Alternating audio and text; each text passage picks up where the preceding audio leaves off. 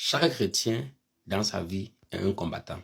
Que tu le voles ou pas. Le jour que tu commences à servir le Seigneur dans la vérité, dans l'honnêteté, quand tu commences, voilà, tu te soumets 100% au Seigneur, pas seulement avec ta bouche, avec tes actions. Tu entres dans un engrenage de combat spirituel où il y en a les grades. Je répète bien, où il y en a les grades. Maintenant, si tu entres là où tu ne peux que... là, il y a les performances des gens qui ont un grade du niveau 3, bien du niveau 4. Et tu veux faire la performance du niveau 2. Tu vas recevoir les balles. Tu peux même mourir. Vous voyez. Ce qui fait que quoi? Il faut comprendre ton combat spirituel ami en Christ.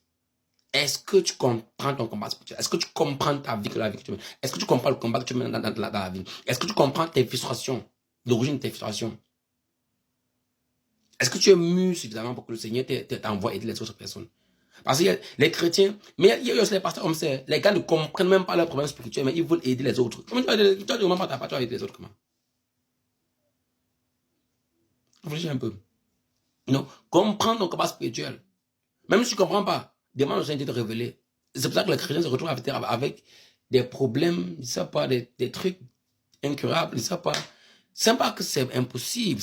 Tu ne comprends pas encore le combat, tu ne comprends pas. Et chaque chose que le Seigneur met sur ton chemin, chaque difficulté que le Seigneur va mettre sur son chemin, je t'ai vu, vraiment pas, c'est pour une raison très, très principale. Peut-être, c'est pour trouver les yeux sur un angle. Et parfois, tout ce que j'avais à faire, c'est que Seigneur, pourquoi la faire si tu ne m'as pas encore guéri de la faire? Mais pourquoi tu ne m'as pas encore donné l'argent? Pourquoi tu ne m'as pas encore donné le business ici? Demande avant un cœur pur. Et fais ton alliance avec le Seigneur. Que Seigneur, le jour que je le saurai, si tu me révèles la raison pour laquelle la fait ici, je vais prendre tes instructions à la lettre, je te les suivrai. Et toi aussi, tu vas me dire pourquoi tu... comment dire? En fait, c'est comme... Fais une alliance avec le Seigneur dans ta vie. Et chaque fois quand le Seigneur a l'impression, il se comporte comme si tu as oublié, tu prends ton alliance, du Seigneur, rappelle l'alliance aussi. Tu l'utilises ça pour le rapport, tu vois, pour le... Et puis il va répondre. Si se rappelle vous rappelez avec Abraham, non? Se rappelle son alliance avec Abraham. C'est pour ça qu'il est venu. Il a été obligé de donner la promesse d'Abraham. Même devant Moïse, Moïse a utilisé l'alliance d'Abraham.